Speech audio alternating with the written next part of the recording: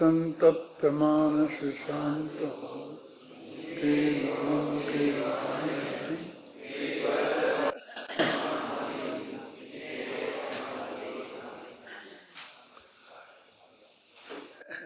86वीं गाथा की चर्चा चल रही है। उसमें अपन ने अमृतचंद्राचार्य और जयसेनाचार्य दोनों की टीका पढ़ ली थी। उसके बाद जो कुछ लिखा गया है उसे भी पढ़ लेते हैं, फिर जो और बात करनी है विशेष फिर करेंगे। 80वीं गाथा में अरहंत भगवान को द्रव्य गुण पर्याय से जानने की बात कही गई है। अतः अब प्रश्न उपस्थित होता है कि अरहंत भगवान के द्रव्य गुण पर्यायों को कैसे जाने। इसके उत्तर में गाथा में यह बताया गया है कि अरहंत भगवान के द्रव्य गुण पर्याय को जानने के लिए आगम का स्वाध्याय करना चाहिए।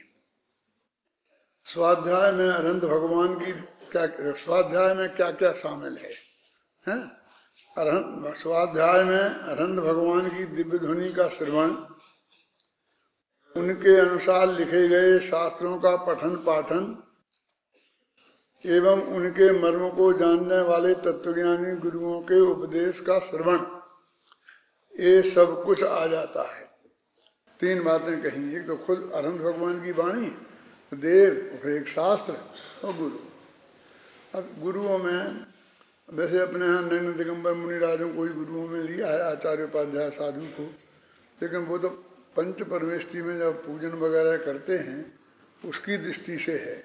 जब हमको कोई सीखना और पढ़ना होगा तो तत्वज्ञानी गुरुओं तक हम जिन जिन की देशना लब्धि हो सकती है उन तक लेना चाहिए।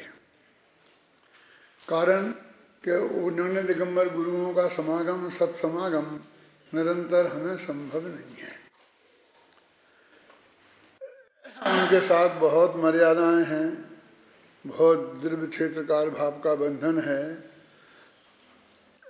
उनके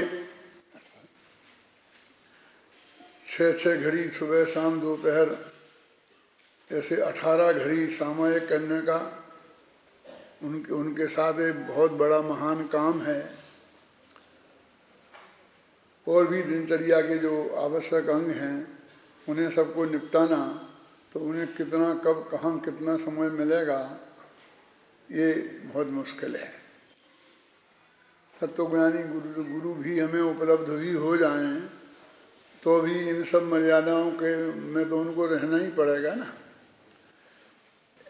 फिर वो समूह में एक आध दफे पढ़ा करेंगे प्रवचन। जब समूह बहुत ज़्यादा होगा तो उसमें अनभ्यासी लोग भी बहुत ज़्यादा होंगे, तो उनके प्रति करुणा भाव से बहुत ऐसी स्थूल बातें आ सकती हैं कि जिसमें हमारा समय जाए और हमको कोई लाभ नहीं हो। और तत्व की वो मूल बातें जो देशना लब्धि में जरूरी हैं कब उनमें आए ही नहीं। 7 तत्व की चर्चा होए ही नहीं, अपने आत्मा की बात आवे ही नहीं, लौकिक बातों में ही लगे रहें। तो इन सब बातों के साथ में ज्ञानी धर्मात्माओं के सत्समागम तक को हमें स्वाध्याय में शामिल करना चाहिए। अब देखो,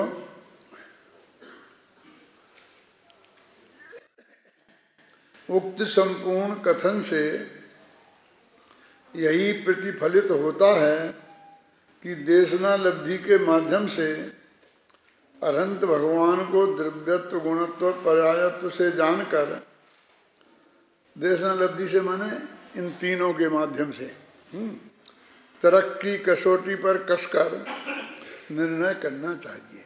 इसको भी आंख मीच के स्वीकार नहीं कर लेना चाहिए, इसे भी तरक्की कसौटी पर कस के जानना चाहिए।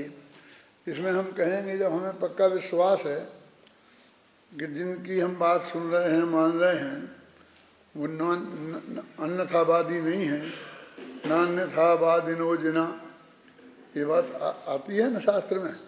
और अभी आपको संजीव जी पढ़ा रहे थे कि हम सर्वज्ञता पर भरोसा नहीं करेंगे, उनकी वाणी पर भरोसा नहीं करेंगे, तो फिर सब बात ही खत्म हो जाती है। क्योंकि यहाँ तो बहुत डंके की चोट ये है कि जिन्होंने भगवान के समोसरों में बैठकर उनने जो बात बताई थी वो ही यहाँ पढ़ाई जाएगी। उसी का ये महाविद्यालय है और उसी की ये सात सभा है, उसी के लिए सारे देश में सात सभाएं चलती हैं, है ना, उसी के लिए है ना। तो उसको भी अश्रद्धा की बात बिल्कुल नहीं है।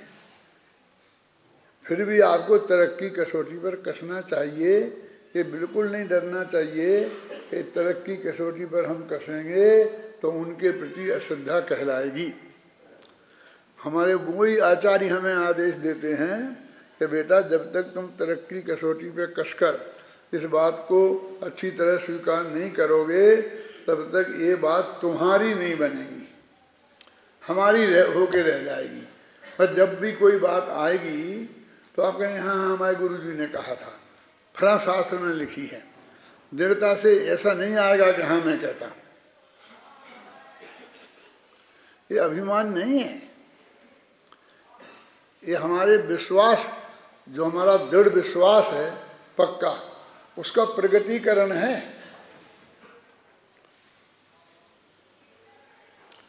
मेरा तो ऐसा कई जगह मौका विदेशों में आता है, तो कोई भी आदमी होता है, कुछ उसे स्वाध्याय है नहीं, समझता कुछ है नहीं, और फिर जहाँ तक मैं समझता हूँ कि भाषा में कुछ भी बोलता है जैन धर्म के नाम पे, तो मैं बहुत दृढ़ता से कहता हूँ बड़ी बड़ी सभाओं में भी कि नहीं ये बात ऐसी नहीं ऐसी है। जब लोग ज़्यादा बहस करने की कोशिश करते हैं तो मैं कहता हूँ आपने क्या अध्ययन किया है, मैं इसकी अथॉरिटी हूँ, अथॉरिटी से बोल रहा हूँ, मैं आपको शास्त्रों में निकाल के बता सकता हूँ। मैं जो बता रहा हूँ वो मैं उसे सिद्ध कर सकता हूँ। ये मेरी बात भी है और सर्वज्ञ भगवान की बात भी है और आगम की बात भी है। मैंने आप ऐसी बात मत कीजिए। तो मैं उनको बराबर इस तरह से अत्यंत सभ्य भाषा में जैसे डांट देना कहते हैं, डांट देता हूँ। ऐसा नहीं चलेगा, ऐसा कुछ भी आप बोलते रहें ऐसा नहीं चलेगा। पर हमसे आपसे बात करने की हमें फुर्सत नहीं है। आप अपने व्यायाम कर रहे हैं, आप अपना खेल खेल रहे हैं, आपको समय काटना है, हैं? और उसके लिए हम ही मिले कि चलो बैठो कुछ ना कुछ बहस तो करो, कुछ ना कुछ तो चलो ठोक दो। यानी हमसे पूछने के लिए, हमारे पास आने के लिए जिस गुरुता और गंभीरता की जरूरत है वो पहले आप में होना चाहिए। ऐसे ही कौतूहल बस कुछ भी पूछने के लिए आना वो अच्छी बात नहीं है। उक्त संपूर्ण कथन से यही प्रतिफलित होता है कि देशना लब्धि के माध्यम से अरहंत भगवान को द्रव्यत्व, गुणत्व और पर्यायत्व से जानकर तरक्की कसौटी पर कसकर निर्णय करना चाहिए। अभी देखिए ये सर्वज्ञ की चर्चा चल रही है, तो ये अरहंत भगवान की चर्चा नहीं है और उन्हीं को द्रव्य गुण पर्याय से जानने की चर्चा नहीं है कि उनका स्वभाव तो त्रिकाल की बातों को जानने का है ही, और ये अपनी पर्याय में भी सब बातों को जानते हैं। तो इससे बढ़िया और दूसरी बात क्या होगी? कि सब ये बात मत करो, ये तो तुम्हारी कर्मबद्ध की बात है, ये हमारी कर्मबद्ध की बात है कि अरहंत भगवान के द्रव्यगुण पर्याय की बात है, सर्वज्ञता की बात है, वो अरहंत भगवान के द्रव्यगुण पर्याय की बात है ना। वो तो मोह के नाश के लिए मूल कारण है। उसको हमको ऐसी बात नहीं, यहाँ वहाँ की बात नहीं समझना चाहिए, बड़ी दृढ़ता से हमें उसे स्थापित करना चाहिए। जैसे हमने कहा कि आप कहते हो कि बचाना चाहिए कि मारना चाहिए, लेकिन पहले ये निर्णय तो करो कि हम मार सकते हैं कि बचा सकते हैं। तो वो टल्ला लगाते हैं, अरे साहब उसमें क्या है, वो तो नक्की है, वो तो है ही नक्की है, हमको करना चाहिए जी, आप बात को टालिए मत। ऐसा क्या अपन उनसे कहते हैं बात टालिए मत। हम कहते टालना नहीं, मूल बात ये है कि जैन दर्शन कहता है कि हम किसी को मार बचा सकते ही नहीं। आप इसको वैसी बात कर कि वो तो नक्की है कि मार सकते हैं बचा सकते हैं, अब तो बस बचाना चाहिए मारना नहीं चाहिए। तो मैंने कहा ये नक्की नहीं है। कौन कहेगा कि मारना चाहिए बचाना नहीं चाहिए? जैसा वो नक्की है ऐसा ये भी नक्की है। भाई भले ही कोई मारे लेकिन कहेगा तो यही कि मारना नहीं चाहिए, बचाना चाहिए।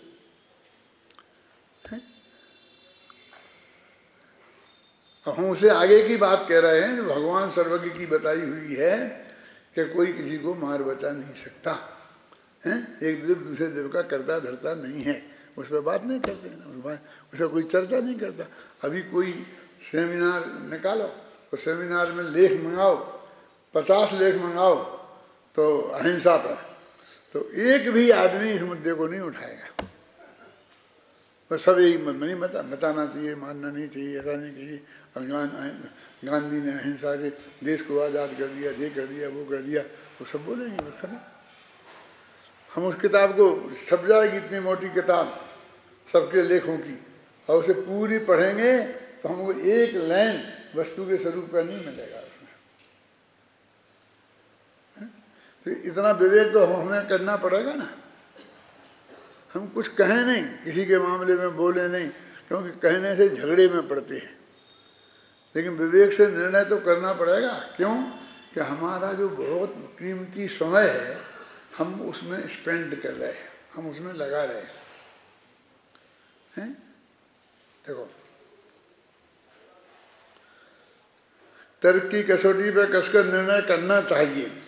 तदुपरांत उन्हीं के समान अपने आत्मा को भी, उन्हीं माने अरहंत भगवान के समान, प्रत्यक्षादि प्रमाणों से जानकर आत्मानुभव करना चाहिए।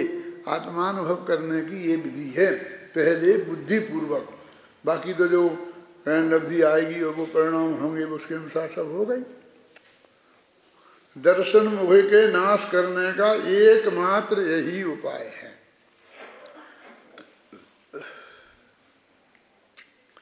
ध्यान रहे, यहाँ मोह के नाश के लिए स्वाध्याय के अतिरिक्त और किसी भी क्रियाकांड या स्वभाव को उपाय के रूप में नहीं बताया है।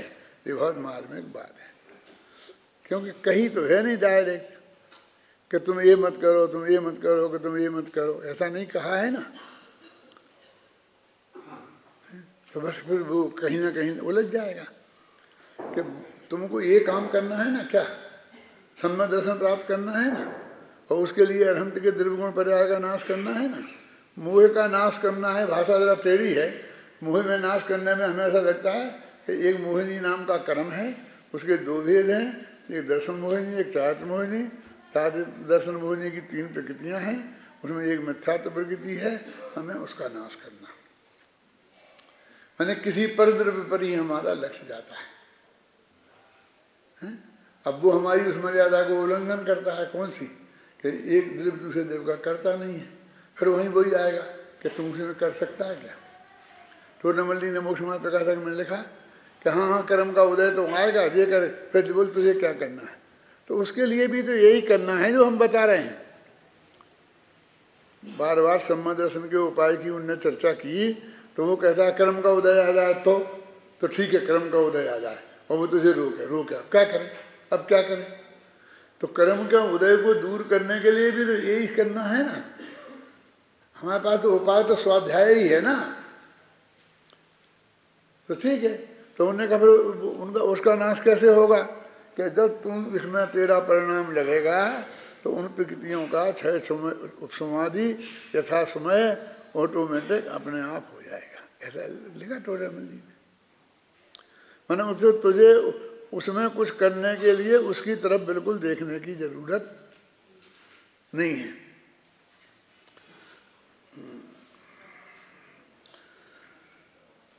क्रियाकांड को या शुभ भाव को उपाय के रूप में नहीं बताया गया है। अब ये इसमें बड़ी समस्या है कि आप उसको निषेध क्यों करते हो, और हमारे पास लिमिटेड समय है, अब हम क्या करें। तो हमारे पास समय नहीं है, आपने स्वाध्याय की बात की, हमारे पास समय नहीं है, तो ठीक है बात करते हैं समय के लिए। काय से समय नहीं है, समय तो 24 घंटा है ना हर एक के पास। इसमें तो प्रकृति ने कोई अन्याय नहीं किया कि हमें 24 घंटा दिए हों और आपको नहीं दिए हों। अब आप 9 बजे तक सोते रहते हैं, आप लोग, मैंने आप नहीं, मैंने कोई व्यक्ति, और हम 5 बजे जग जाते हैं। तो हम इस 4 घंटे के लिए अब हम क्या करें आपके लिए? प्रकृति ने तो आपसे नहीं छीना, प्रकृति ने तो नहीं छीना ना आपसे, मेरे कहने का मतलब। अब आप सोते रहे तो हम क्या करें?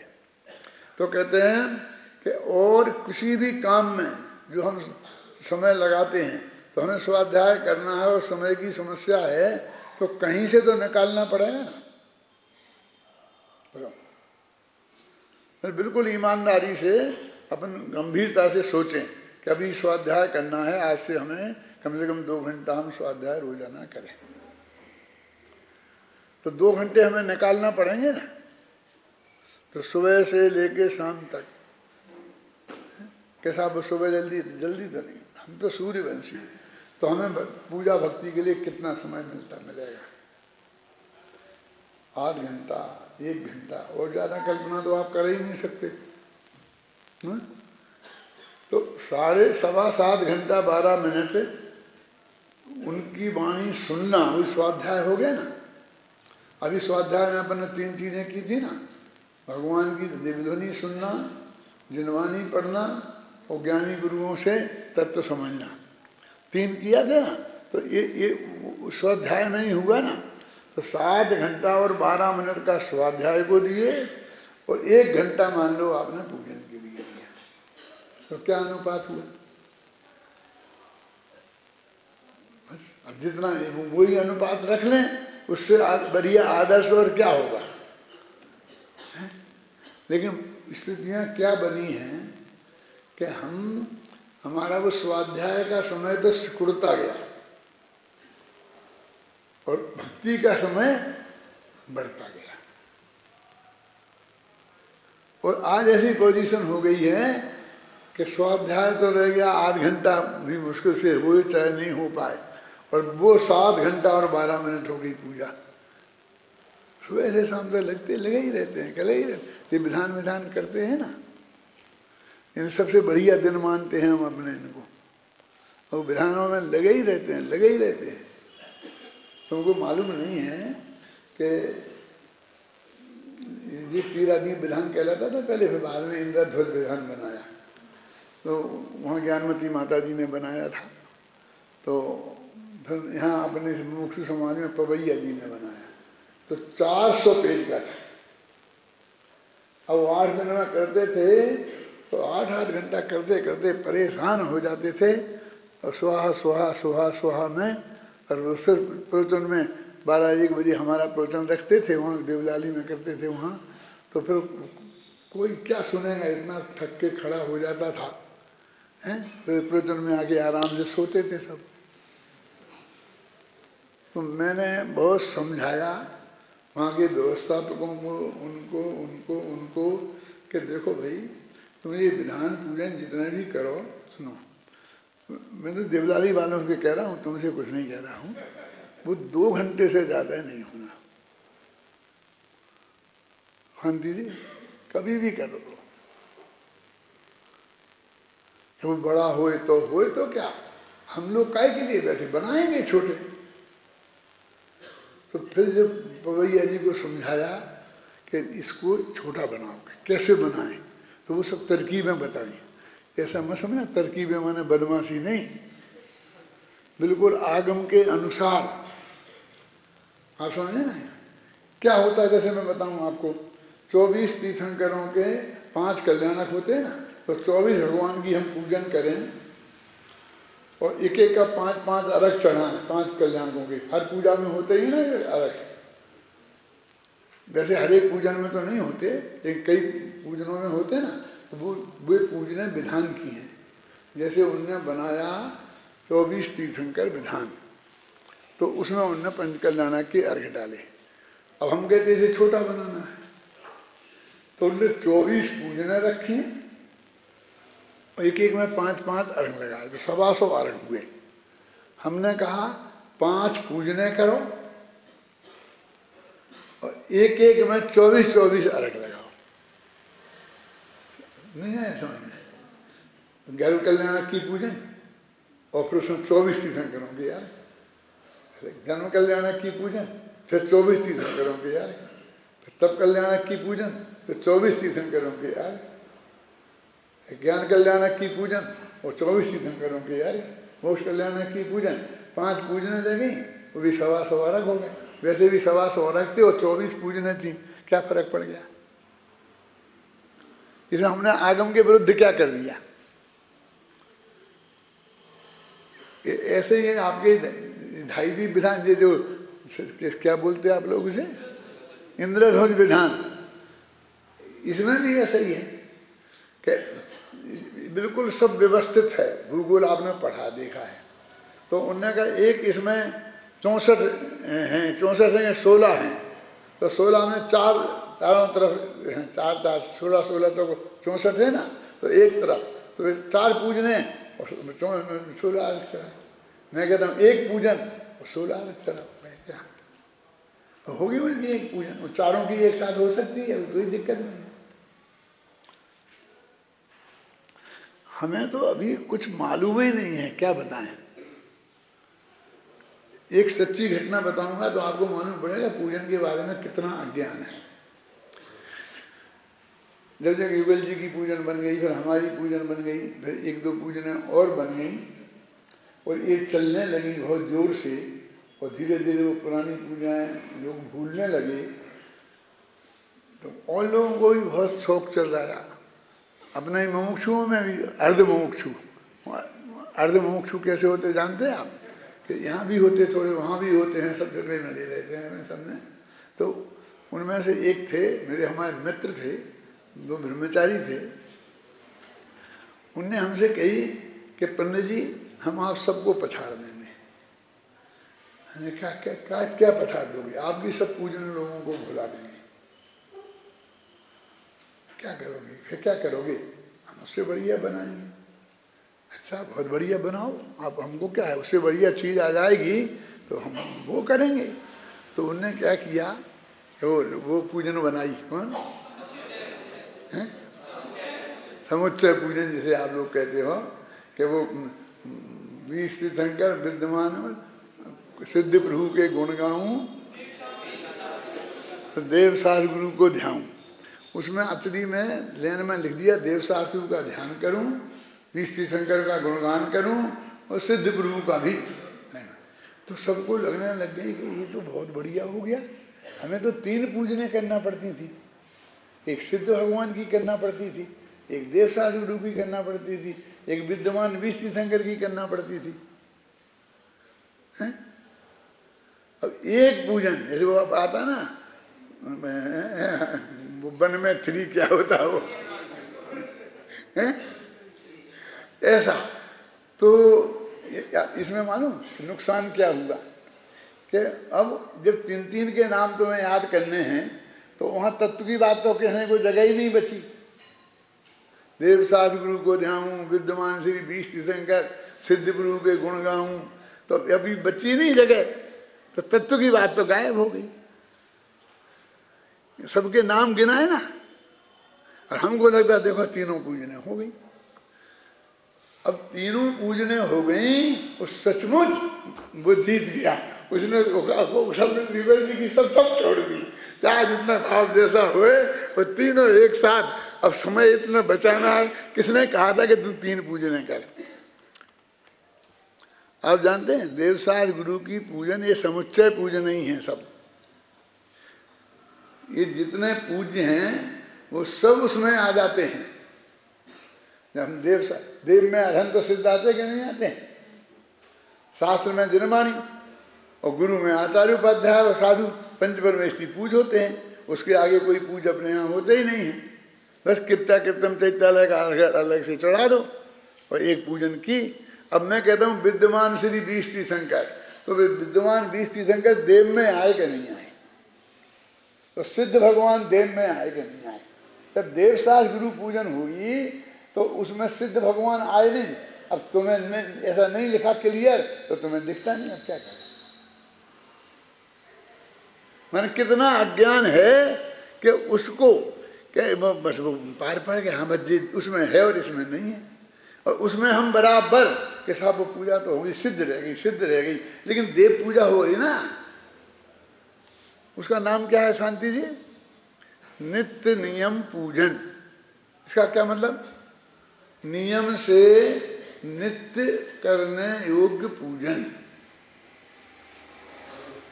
माने नियम से जो रोजाना करना पड़े उतनी चीज का नाम है नित्य नियम पूजन। तो वो कहते हैं हमने देव साल गुरु की तो वो नित्य हो गए, बस वे ही पूज्य हैं, उनके अलावा कोई जगत में पूज्य है ही नहीं, बचता ही नहीं है कोई। अब तुझे लगता है सब बचे हैं, शांतिनाथ बचे हैं अभी तो, कुंथनाथ बचे हैं अभी तो, हमारे मंदिर में श्री मंदिर विराजमान है, वे बच गए, ये बच गए, ये बच गए। वे अर्घ चढ़ाना शुरू किया तो वे अर्घ में से कम 24 में से 12-13 तो चढ़ ही जाते हैं, और सब गौरव से पारसनाथ का ले लो, फलाने लाल का ले लो, फलाने लाल का ले लो भैया जिसके तुम्हें लेना हो। लेकिन ये सबके हो गए, यदि सबके ही लेना है तो 24 ही के लो ना, कि नहीं इतना समय नहीं है तो 24 का इकट्ठा एक भी अर्घ है 24 तीर्थंकर में पूजन में, इसमें भी आ ही गए। और यदि तुम्हें नहीं दिखते हैं शांतिलाल जी तो 24 तीर्थंकर का अर्घ है ना एक, 8 सूचिसार क्या है वो, 8 सूचिसार रख कर बस हो गया, 24 तीर्थंकर का हो गया। लेकिन नहीं, वो 24 तीर्थंकर पूजन भी कर लेंगे, फिर भी पार्श्वनाथ का तो चाहिए अलग, कुंथनाथ का चाहिए, फलानाथ, कुंथनाथ का तो नंबर ही नहीं आता बेचारे। ऐसे कई भगवान हैं बेचारे के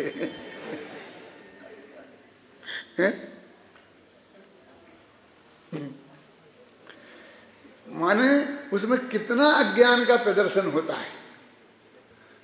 अब मैं ये समझा रहा हूं, समझ जाए, लेकिन तो भी हमारे जीवन में से वो नहीं निकलेगा।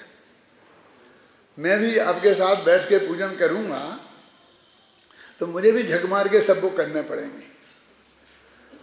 यदि मैं सिर्फ अकेली देवसास गुरु पूजन करूं और शांति से उठ के आ जाऊं तो आप लोग नहीं जिंदा रहने देंगे मुझे, ये कहेंगे पंडित जी को पूजन करना आता ही नहीं है। जितने मंदिर हैं हिंदुस्तान में उतनी पूजन की विधि है, तो मैं तो सबको तो नहीं जान सकता कि ना वो ठोड़ा होता उस पर भी चढ़ाते हैं 3 चावल, कोई ऐसे ऐसे ऐसे ऐसे करके अब मैंने वो ऐसे ऐसे नहीं कर पाया तो मैं बेवकूफ हूँ, मैं पूजन करना नहीं जानता हूँ, ये क्या है बस जिसने जो कर लिया बस वो पक्का हो गया।